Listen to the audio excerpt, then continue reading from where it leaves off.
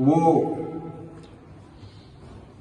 दुमका का सीट हो, उनका मंशा यही है कि हम सिद्धांत और नीति को ताक में रख करके सिर्फ वोट की राजनीति के द्वारा हम अपने को कैसे जीते आवे, ज्यादा से ज्यादा एमपी और हम सरकार बनाने का काम करें, यही उनका मंशा है।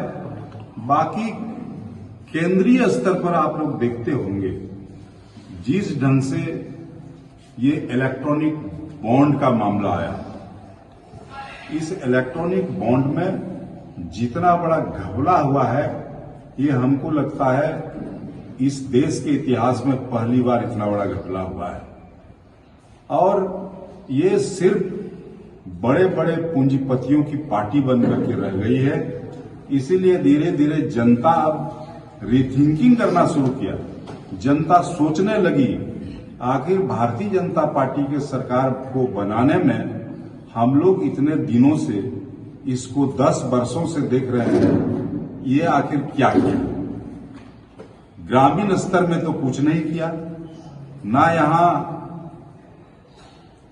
प्रधानमंत्री आवास दिया लोगों को और न रोजगार देने का काम किया।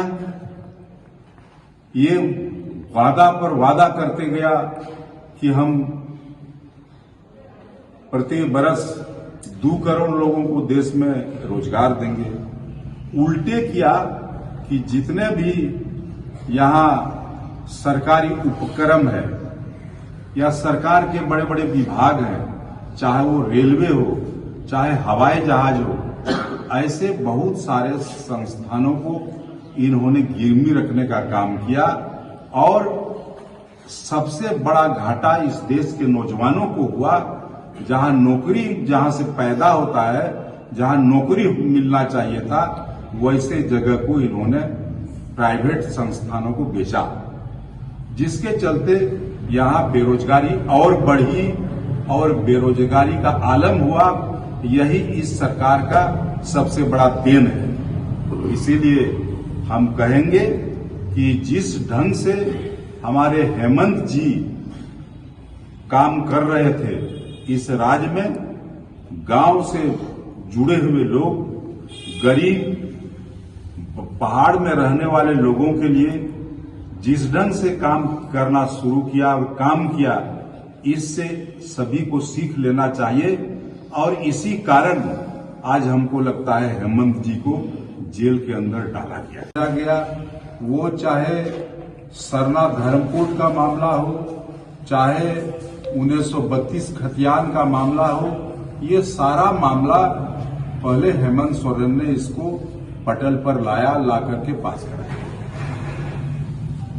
इससे लोगों के अंदर घबराहट नहीं है। अभी एक सवाल हमारे दल के एक एमएलए सीता सोरेन, जो माननीय गुरुजी के पुत्र बधू भी हैं, उन्होंने आरोप लगाया कि पार्टी हमको सम्मान नहीं देती है, परिवार का सम्मान हमें नहीं मिला, जिसके चलते हम पार्टी छोड़ करके भारतीय जनता पार्टी का दामन थामे। हम कह रहे हैं कि 15 वर्षों से जामा में वो एमएलए किसके सहानुभूति और किसके सहयोग से, उसका जवाब उनको देना चाहिए। साथ ही साथ ये उन्होंने बताया कि हम स्वर्गीय दुर्गा सोरेन का आदमकद मूर्ति जामा चौक में लगना था, जो नहीं लगाया पार्टी की तरफ से या परिवार की तरफ से। हम कहते हैं 15 वर्ष जो एमएलए उस क्षेत्र का रहा और इतना विधायक निधि उनको मिलता हो हर वर्ष, वो अगर चाहती तो एक आदमकद मूर्ति वहां लग सकता था। चूंकि हम लोग भी दुर्गा सोरेन पार्टी का आदर्श है, हम लोग मानते हैं, तो उसका एक आदमकद मूर्ति वहां लगना बहुत जरूरी है। लेकिन इस सवाल पर आज जो भी वो बोल रही है, चाहे उनका कहना है